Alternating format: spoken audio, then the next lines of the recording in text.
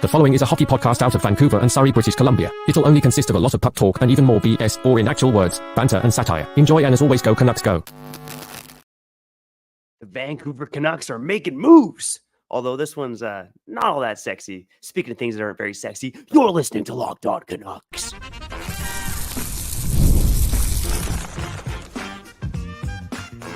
You're Locked On Canucks, your daily podcast on the Vancouver Canucks. Part of the Locked On Podcast Network, your team every day. A happy hump day, boing, and welcome to another episode of Locked On Canucks. My name is Trevor Beggs, co-host of Locked On Canucks, and also a Canucks writer since 2013, currently with Daily Hive Vancouver. Before we dive into today's episode of Locked On Canucks, we got to thank you for tuning into the show, because guess what? It is your Canucks every damn day. Whether it's just me, whether it's just Kyle, whether it's both of us, we got your back every damn day. And hey, if you like what we're doing, make sure you go like, subscribe, follow, leave a comment, even leave a review. Do it all to the good of your heart on YouTube or wherever you listen to podcasts. I also got to let you know that, hey, we aren't here without our beloved sponsors. And today the show is brought to you by FanDuel. Make every moment more. Right now, new customers get $150 in bonus bets with any winning $5 bet. That's $150 with any winning $5 bet. Wow. Go visit FanDuel.com/LockedOn today to get started. I'm getting started here in Locked On Canucks, and a Canucks assistant coach is getting started on the next chapter of his life, man. We'll talk about the Vancouver Canucks yesterday mutually parting ways with Canucks assistant coach Mike Yeo. Some of the scoops that have come out after the fact, why he might have left the Canucks organization, and what's next. Can we tie some dots together and see who the Canucks' next assistant coach might be behind the bench? Because hey, this Canucks team, it's an all-star staff. We've talked about it all season long with Adam Foote, Jake Guentzel, goaltending coach Ian Clark. It's an all-star staff, and they can't just add anybody to the equation. So who might that next guy be behind the Canucks bench? Who's going to join this star-studded organization in terms of Stanley Cup experience, depth, all of that good stuff? A couple of things I want to touch on today's show are Rick Tocchet and his next contract, okay? So Rick Tocchet has only 1 year left on his deal after this season. What might have raised command? What are some of the other coaches who have won the Jack Adams? What are they making? We'll dive into that. And then finally, I also want to get into, let's get into a little sexy free agent talk, okay? And let's talk about the big guns, okay? The Canucks are, of course, rumored they've been tied to Jake Guentzel for a while now. But what about Sam Reinhart? BC boy Sam Reinhart. North Vancouver native Sam Reinhart. He scores the overtime winner last night for the Florida Panthers. Is there any path in which the Canucks can bring Sam Reinhart into this team?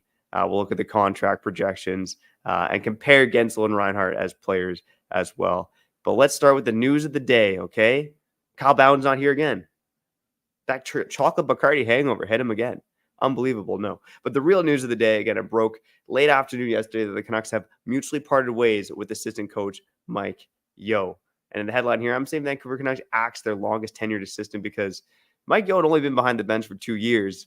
But when you look at purely assistant coaches, I'm not counting goaltending coach Ian Clark here, Mike Yeo is the longest tenured coach behind the Vancouver Canucks bench. He joined Bruce Boudreau in the year where, Bruce had his first full year coaching the team.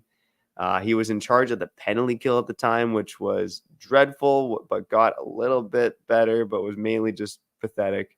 And in Vancouver, his role wasn't quite clear, to be honest. I believe he was in charge of the PK to some extent, with Foote covering the defense, Tocchet covering forwards and power play, Guentzel having some intake on defensive power play, and Mike Yeo helping with the penalty kill, which again, that penalty kill was about league average this season, okay? A little below that. So, Mike Yeo, he was kind of the forgotten man on an all-star studded Vancouver Canucks staff. And hey, it's easy to get lost in the shuffle because you got Rick Tocchet, okay? Rick Tocchet, great NHL career, okay? Great NHL career. What does he have the record for Gordie Howe hat tricks and goal assist in a fight in one game? The guy's an unbelievable NHLer. You got Adam Foote, obviously Stanley Cup champion. Jake Guentzel, one of the best offensive defensemen of his generation. And yeah, Mike Yeo, who played 7 seasons in the AHL in Houston. Okay. So a bit of a different vibe with Mike Yeo behind the bench.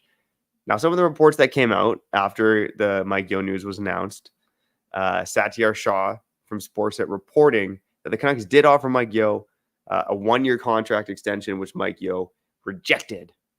Rejected! You rejected that! Patrick Johnson from the province also reporting that Mike Yeo wanted to explore opportunities closer to home, okay? Close to home. The guy's from Scarborough, Ontario. Shout out to Ontario, okay? I like to call it Ontario. My wife is from Ontario. She doesn't quite like that, but, Ontario's not the worst place in the world. Now, you can tie a connection there, and I don't want to talk on it for too long because who cares? Mike Yeo's gone. But his former, Craig Berube, who he worked with in St. Louis, is now the head coach at Toronto. So that could make some sense for Mike Yeo. But I'm more curious about who is going to replace Mike Yeo behind the Canucks bench. And I've been looking at, the past assistant coaches under Jim Rutherford and Patrick Allvin when they were in charge of the Pittsburgh Penguins. And there's two names that pop up for me that are interesting. First and foremost, you have Gary Agnew. You might go, who the F is that?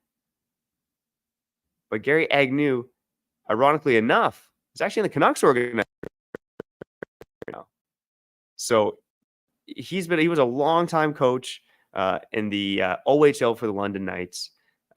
Did have a very brief interim head coaching job with the Columbus Blue Jackets in 06-07. Longtime assistant coach in teams like Columbus, St. Louis, and the Pittsburgh Penguins, okay? Now, the Pittsburgh Penguins, he was assistant coach under Rutherford and Allvin, but he was fired in 2015 from his assistant coaching job before the Pittsburgh Penguins went on to win the Stanley Cup. Now, the ironic part about it is Gary Agnew is actually in the Canucks organization right now. He's been an associate coach with Utica/Abbotsford for the last 7 years. So, because he's been canned by Rutherford before, he's probably not the guy to step into a role. The other one, and a bit more of a star-studded name in terms of coaches, is Jacques Martin. Jacques Martin, to my knowledge, now a free agent, because, again, he was replaced by former Canuck Travis Green as head coach of the Ottawa Senators. But Jacques Martin was an assistant coach in the Pittsburgh Penguin organization for 5 years, including both of their runs, or both of their Stanley Cup wins. And actually in the organization for longer as that. He was assistant coach in 2013-14, senior advisor from 2014 to 2016, and hopped behind the coach bench as an assistant coach, actually replacing Gary Agnew back in 2015. Could Jacques Martin make sense? Would he be interested in that? Becoming an assistant coach again? Again, Jacques Martin, we led the show talking about not sexy. Jacques Martin, there's some sexiness in terms of his experience, not really in terms of how he coaches. But again, that could be a good thing because this guy is known for being a defensive-minded coach. A coach that can help with the penalty kill, which, in my opinion, is still an area of a pretty big need for this team. You look at the PK numbers this season, and it makes my PP go down, okay? Seriously. The penalty kill, again, the Canucks mentioned they were league average. You kind of dig into the numbers a bit, and their goaltending was propping them up. You look at some of the metrics, and this team was bottom 10 on the PK. Now, that being said, the playoffs were a bit of a different story. We saw this Canucks penalty kill adjust in the playoffs against the best power play in NHL history and have success. That means something, okay? And the other thing, too, is when you talk about assistant coaches helping out the PK, you've heard other players say it before. It often comes down to the personnel on the ice. How guys on the ice, handle their positioning and know where to be. Yannick Hansen said that on Sports at 650 in his fast talking radio hits. And the Canucks had the personnel last season. I think Elias Lindholm again made a huge difference. Teddy Blueger made a difference. Ian Cole better early on than he was later on. So I think there's some work there to be done on the personnel side in terms of finding defensemen for the PK. But Jacques Martin, again, you cannot find probably a more experienced guy out there on the free agent coaching market than Jacques Martin. On the other side, two other things I want to get to, okay? And let's touch on the sexier topic first, and that's Guentzel versus Reinhardt, okay? I mentioned it. Sam Reinhart scored the overtime winner last night. Arguably the biggest free agent out there right now in terms of any NHL free agent. How does he compare to Jake Guentzel? Is there any chance the Canucks can bring home Sam Reinhart? We'll touch on that on the other side. But first, we got to get paid, man, okay? And that means we got to shout out our friends over at FanDuel.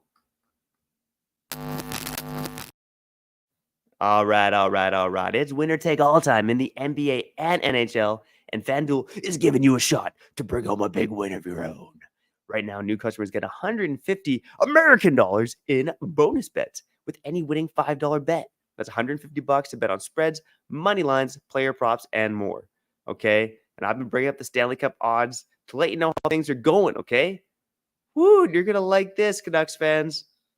The Edmonton Oilers. When I did this, 2 days ago, the Edmonton Oilers, Dallas Stars, and the New York Rangers were all tied with the best odds of winning the Stanley Cup at plus 230. The Edmonton Oilers have now dropped to plus 500 to win it all. Dallas leading the way at plus 155. So I said, hey, jump on that Dallas bandwagon. I said it after game one. They were like about plus 350. They are, on paper, the best team left. So right now it's going Dallas 155, Florida plus 230, New York plus 370, Edmonton plus 500. No matter who you're betting on or what you're doing in terms of your betting, make sure you go do it on FanDuel. Visit FanDuel.com/lockedon and make every playoff shot count. FanDuel, they are America's #1 sportsbook. Man, we're going to have a lot of fun tonight in Vancouver, all my real fans.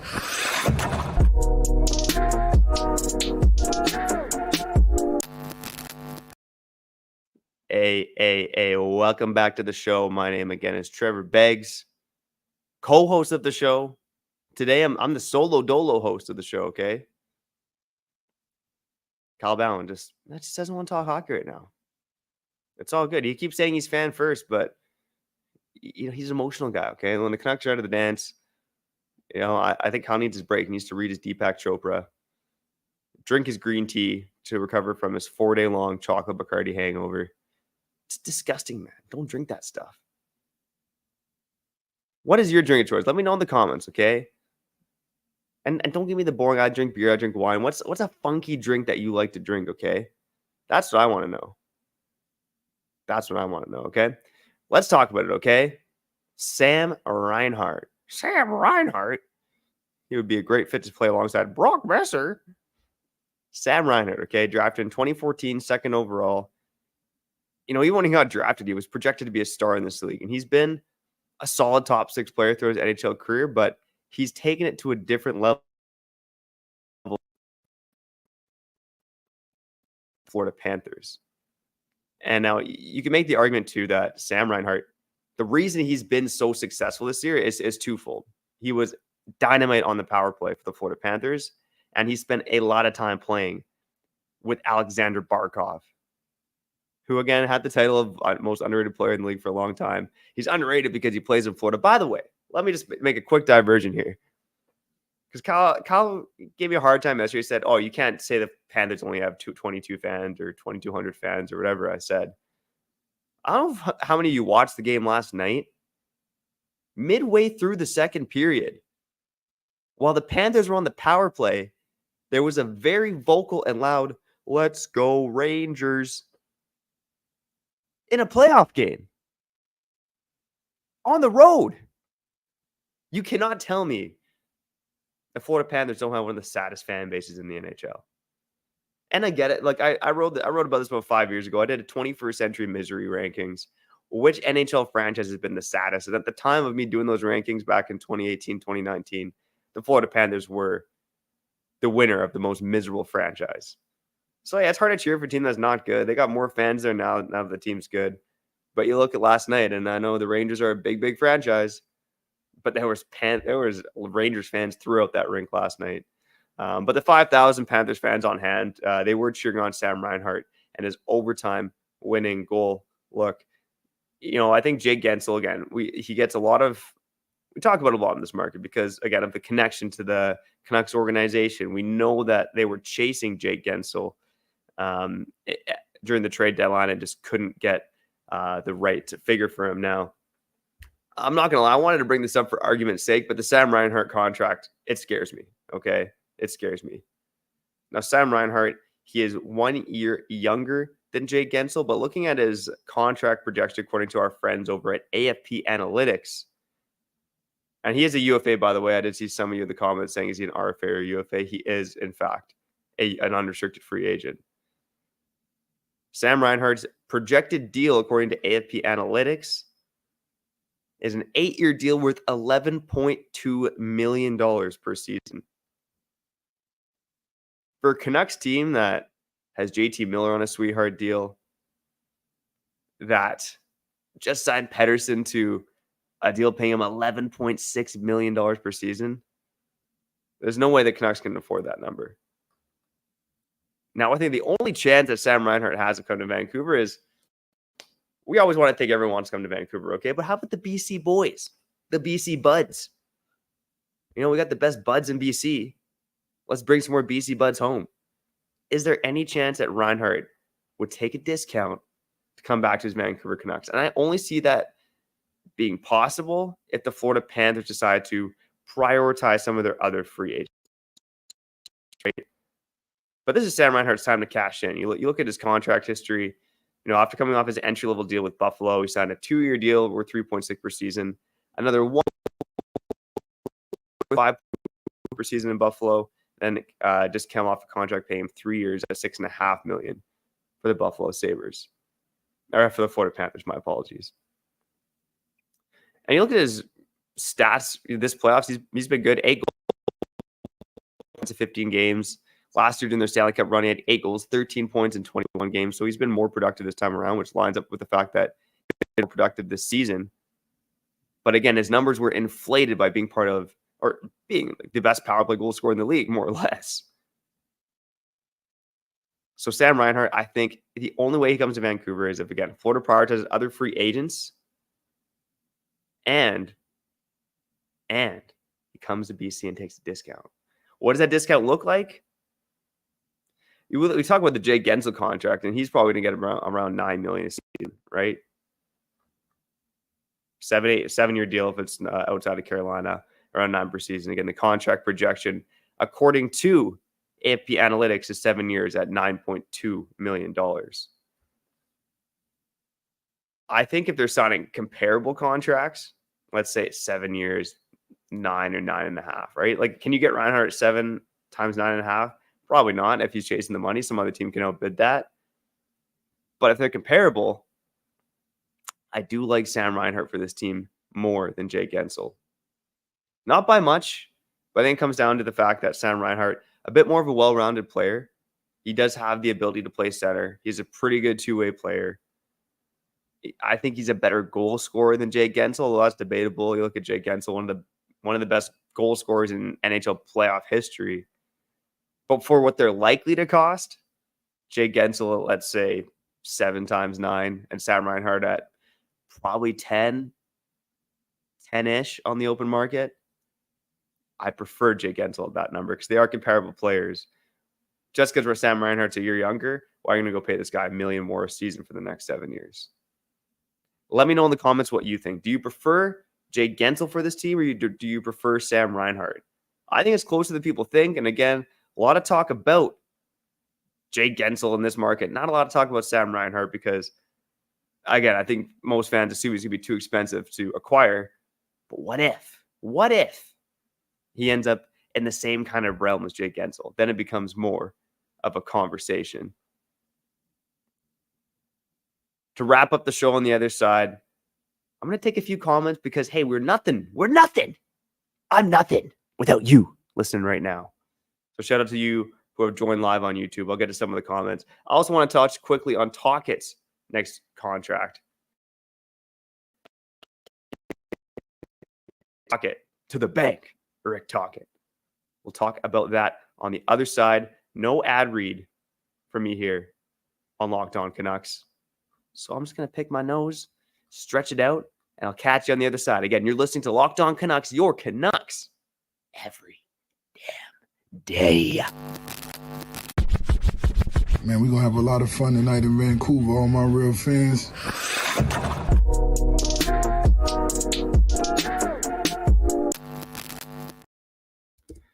Welcome back to Locked On Canucks. It's your Canucks every day. I'm Trevor Beggs. Some people call me Beggsy. They used to call me Tricky Trevor back in high school. I also got called Q-Tip back in high school by an old teacher. You know, before I was this chiseled, good-looking guy, I was a bit of a long-haired stoner, we'll call it that, with braces, okay? And, you know, I'm a relatively slender dude, and I remember calling my teacher bald and whatnot, and then one day he started calling me Q-Tip. And I was like, Q-Tip? So I had this big mop of hair, but I was, you know, maybe 100 pounds soaking wet. So, hey, not the worst nickname out there. Certainly not the best, but it made me laugh. You know, good creativity. Shout out to Mr. Gledhill, Mr. G. If you're smoking a fatty in your car still right now and you're listening to this, shout out to you, buddy. Speaking of baldies, a lot of them on the Vancouver Canucks organization. I know they lost another one to Mike Yeo. And that's what I didn't bring up, right? Jacques Martin's got a full head of hair. Are they really going to hire this guy? This is a team that did just hire Manny Malhotra in the AHL as an assistant coach. Bald head. Rick Tocchet, bald head. Patrick Alvey and Jim Rutherford, bald heads. Which bald guy is coming to the Vancouver Canucks next? Let me know in the comments. Maybe Kyle touched on that. So we didn't really touch on Manny Malhotra here too much. So I'll say quickly that I think it's an awesome hire for the Canucks organization. From what you hear from Manny Malhotra and people who have played for him, this guy works his ass off. And he was like that as a player as well. But there was a radio hit someone talking about how Manny Malhotra in the summertime was getting, you know, guys to come out at 7 a.m. and work on their skills, bag skate them, and then have them take faceoffs because his mentality was that, look, when you're dog tired at the end of the game and you've iced the puck, you need to be able to win a draw. So Manny Malhotra, again, the details of his game were so good. I'm not surprised that he's been a good coach. And again, it seems like the Canucks like Jeremy Colleton, much like they Mike Yeo, but those guys wanted to chase other opportunities. And we see it again. You know, Seattle, they rehired Dan Bylsma. You know, this is a league and a sport that recycles old coaches. And there's only one head coaching vacancy left, and it's in San Jose, where they're about to pick first overall and get Macklin Celebrini. Jeremy Colleton's kind of worked for a rebuilding team before. Defensively couldn't make it work. Mike Yeo, his last head coaching stop in Philadelphia wasn't great. Hasn't been a head coach aside from that interim replacement since about 2016-17. I think Mike Yeo is going to be an assistant in Toronto. That makes sense to me. But hey, maybe Jeremy Colleton chasing head coaching opportunities. Sounds like he liked to hire good-looking guys. Jeremy Colleton, good-looking guy. David Quinn was a good-looking guy before they canned him. He's still a good-looking guy. Let's be real. I think Rick Tocchet's a good-looking guy too. And you know, for those who don't know, Rick Tocchet has 1 year left on his deal. According to Cap Friendly, paying him $2.75 million per season. Now, he joins a handful of coaches on 1 year deals. The ones include Jim Montgomery in Boston, Lindy Ruff reportedly on a 1 year deal in Buffalo. Dan Bylsma apparently on a 1 year deal. Scott Arniel, who replaced Rick Bowness, apparently on a 1 year deal. But Rick Tocchet's on a different level, okay? This guy just won the Jack Adams Award. Just won the Jack Adams Award, okay? And speaking of which, when we talk about assistants, actually, I'm diverting a little bit here. He doesn't necessarily have ties to the Vancouver or the Pittsburgh Penguins with Jim Rutherford and Patrick Alvey, but Rick Bowness. He was a nominee for head coach of the year, and the Winnipeg Jets canned him. You think that he might be interested in another head coaching job? Potentially. He is one of the older coaches in the game, but he's been with the Canucks before, right? For the best team in franchise history. Could Rick Bowness be a fit behind the Canucks bench? To me, that's got some intrigue as well. But yeah, I want to talk about Rick Tocchet quick because you don't see it too often where a coach who has won the Jack Adams, who's been nominated for the Jack Adams, goes into the offseason or goes into the next season as a lame duck head coach. So I would be a little surprised if the Canucks didn't extend Tocchet before the beginning of next season. I'd be a little surprised. Now, it's funny looking at this list of coaches who have won the Jack plate, okay? So Jim Montgomery won it last year. According to Cap Friendly, he's also on an expiring contract in Boston. I mentioned that, paying him $2 million per season. Daryl Sutter was in Calgary before that. He was making closer to $4 million, but they canned him pretty quick. Rod Brindamore won it in 2020, 2021. His contract, apparently he is signed for the next 5 years. Carolina Hurricanes, well, his contract is unknown. And Cap Friendly only has a smattering of head coaching contracts. But, I'm looking at some of the other coaches league and their salaries, the ones that are at least publicly available. Jared Bednar in Colorado, paying him $4.75 million a season. That's Stanley Cup winner. I heard a stat today that he's been a head coach for 16 straight years in the NHL, despite being a coach for 5 different teams. He makes over $4 million. Reese making close to $4 million. Martin St. Louis in Montreal making $3 million. Peter Laviolette in New York making almost $5 million. Montreal making $4 million in Philly. Mike Sullivan making $5.5 million for the next 3 years in Pittsburgh. Wow. And Bruce Cassidy, the other publicly available one, making $4.5 million as the head coach of the Vegas Golden Knights for the next 3 years. Look, I think based on Rick Tocchet winning the Jack Adams, what he did with his team this year, doesn't matter because the salary cap doesn't count. But his contract to me is probably pushing $4 million a season on a 3 to 4 year deal. I mean, Mike Sullivan, look at his contract. Actually, I'm not sure if that was signed by Rutherford and Alvin, but he's obviously a coach there when Rutherford and Alvin were in charge. And he's making the big boy bucks. And according to Cap Friendly and the publicly available data, he is the highest paid coach in the NHL. Trevor Beggs here, Locked On Canucks, your Canucks every day. Let me get through some comments here. Because again, nothing without the people. I got a couple minutes left. And I'm doing it for you. Ryan 604 Hernandez, the most optimistic Canuck fan ever. He's one of the most optimistic Canuck fans in our show. Says, did Kyle get hungover again? I think Kyle's still hungover from the weekend. This is what happens when he turns 30 and a half years old, okay? 31 and a half years old. My bad. GV asked the question, does a coach's deal count against the cap? No, it does not. You can pay your coach whatever the heck you want. Rick Tocchet can make $10 million a season, but he'd have to change his name to Rich Tocchet. All right. Mike Yeo, again, he coached. He was more in charge of the PK here in Vancouver. Seeing that in the comments. Oh man, my internet must have been dying. I'm seeing that in the comments as well. My bad. And man, oh man, I'm getting chirped for the internet here. What about this one? Okay, Reinhardt for Pettersson and a pick. Whew. Man, oh man. So theoretically, let's talk about this for a second because it's the offseason, buddy. For Pettersson and a pick to be traded for Reinhardt, I don't think the Canucks are doing that because I think they believe that Pettersson is a better player than Sam Reinhart. He's younger than Sam Reinhart. The deals are going to be comparable. That's just not happening. Could the Florida Panthers, could there be a sign and trade like Reinhart and a pick for Pettersson? Pick up some assets along the way. No, I don't see that happening. That is a spicy idea. But look, for all the Pettersson hate, and we've talked about on the show, he's not going anywhere. Okay, Pettersson's bouncing back. Okay,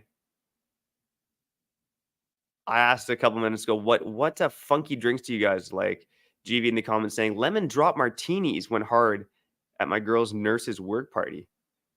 Man, oh man, for listeners of the show, and I'll say this, my wife works in construction, so those parties when you bring spouses evens out, but it's definitely a male-heavy industry, but I think a lot of guys dream about that. So shout out to you, GV. Lemon drop martinis partying at the girl's nurse's work party. GV, living the dream. The luckiest Canuck fan alive. I'll answer one more question from JV as well here, or GV. Do you think Reinhardt is an overachiever and will flame out on that type of contract?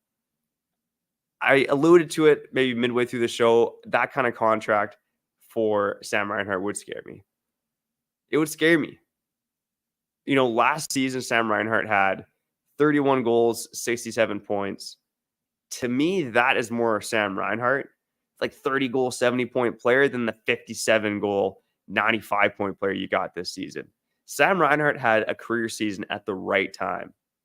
And that's why you look at AFP Analytics and his contract projection is through the roof. He had a career season at the best time, pushing almost 60 goals. Yeah, I do not want to pay Sam Reinhart.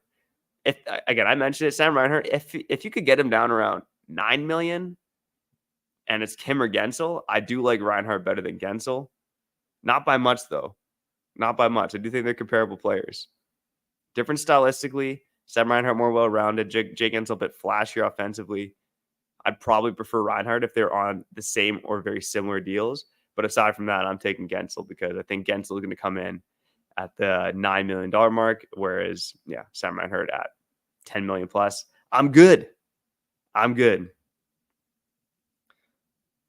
Last comment here to Andrew. Give talk at $30 million. Woohoo! Damn. 5-year deal, $6 million a season. Rick Tocchet, how about we go win us the cup first? And then I think Canuck fans would start a GoFundMe to give you $100 million, man. Rich Tocchet. Speaking of rich, man, I'm rich with love because of you. And you, and you, and you, and you, and you, and all of you tuning in to Locked On Canucks, whether you're an everyday or an occasional listener, a first-time listener, a new subscriber, or you join us on the live show on YouTube. Look, it don't really matter when you're listening, where you're listening. We just appreciate you for tuning into Locked On Canucks. It is your Canucks every damn day. I'll tease another idea I've been tossing around. Look, there's all kinds of player stories getting to the Vancouver Canucks. Should the Canucks buy out Mikheyev? Should the Canucks trade Thatcher Demko? All kinds of topics we got to get into here this offseason.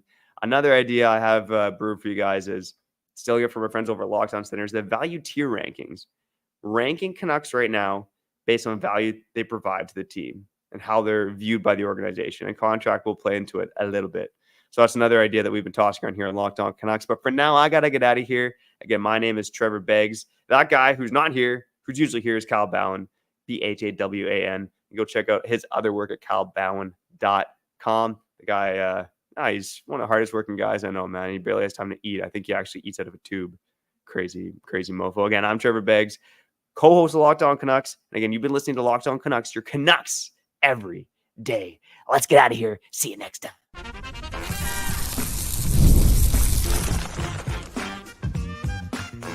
You're Locked On Canucks, your daily podcast on the Vancouver Canucks, part of the Locked On Podcast Network, your team every day.